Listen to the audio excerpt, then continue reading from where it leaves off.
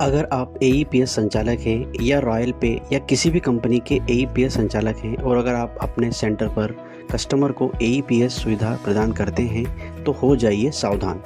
अगर आपके सेंटर पर कुछ इस तरह के कस्टमर पैसा विथड्रॉ कराने आता है जिनके पास आधार कार्ड नहीं है, केवल आधार नंबर है, तो ऐसे कस्टमर का पैसा निकालते समय सावधानी बरतें। आधार कार्ड की जानकारी किसी के साथ साझा न करें, इससे कई फ्रॉड किए जा रहे हैं। फ्रॉड करने वाला शख्स कोई और नहीं बल्कि स्वयं कस्टमर है। चलिए हम स्टोरी के माध्यम से देखते हैं। रमेश एक एईपीएस संचालक है। अपने सेंटर पर कस्टमर को बैंकिंग सुविधा प्रदान करता है। एक दिन वह अपने सेंटर पर बैठा हुआ था और वह अपने रिटेलर आईडी में किए गए बैंकिंग ट्रांजैक्शन को चेक कर रहा था। तभी रमेश ने देखा कि उसके वॉलेट से 50,000 का अमाउंट डिडक्ट हो गया है और वह कंपनी के द्वारा काटा गया है, जिस कंपनी के माध्यम से वह सेवा कस्टमर को प्रदान करता है। तभी रमेश ने कंपनी से संपर्क किया।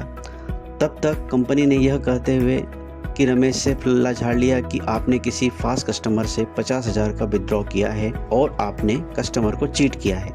आपने कस्टमर को धोखा दिया है, आपको जेल जाना होगा। रमेश कंपनी को सफाई देते देते थक गया। रमेश की एक बात नहीं सुनी। 2 महीने पहले की बात है। रमेश के सेंटर पर 5 अननोन कस्टमर पैसा विथड्रॉ कराने आए थे। तब रमेश ने उनसे आधार कार्ड मांगा तो अननोन कस्टमर के पास फिजिकल आधार कार्ड नहीं था, उनके पास सिर्फ आधार नंबर था।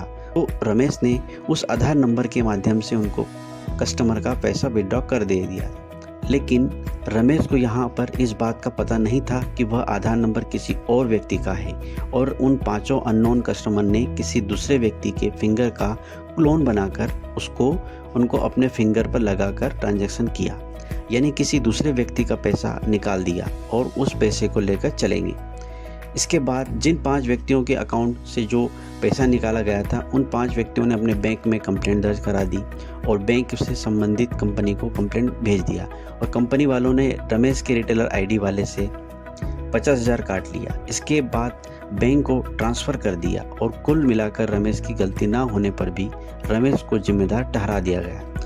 अपनी एक छोटी सी लापरवाही के कारण रमेश कुछ न कर सका तो दोस्तों, यह रमेश कोई और नहीं बल्कि यह आप, मैं और हम सब हैं। जिस प्रकार रमेश एक छोटी सी लापरवाही से उसको इतना बड़ा नुकसान उठाना पड़ा, आप देखते होंगे कि आपके सेंटर पर ऐसे बहुत सारे कस्टमर आते होंगे जिनके पास डिजिटल आधार कार्ड नहीं है लेकिन आधार नंबर ज़रूर है। तो आप ऐसे लोगों से सावधान रहें। मेरे कहने का मतलब, सभी लोग फ्रॉड नहीं होते, लेकिन जो लोग फ्रॉड होते हैं इसी तरह का तरीका अपना रहे हैं। यहाँ पर आप देख सकते हैं कि इसमें नुकसान ना तो कस्टमर का होता है, ना कंपनी वाले तो अपना पल्ला झाड़ लेते हैं। इसकी सज़ा मिलती है तो सिर्फ और सिर्फ रिटेलर को। इसलिए सावधान रहें, सतर्क रहें, जानकार बनें।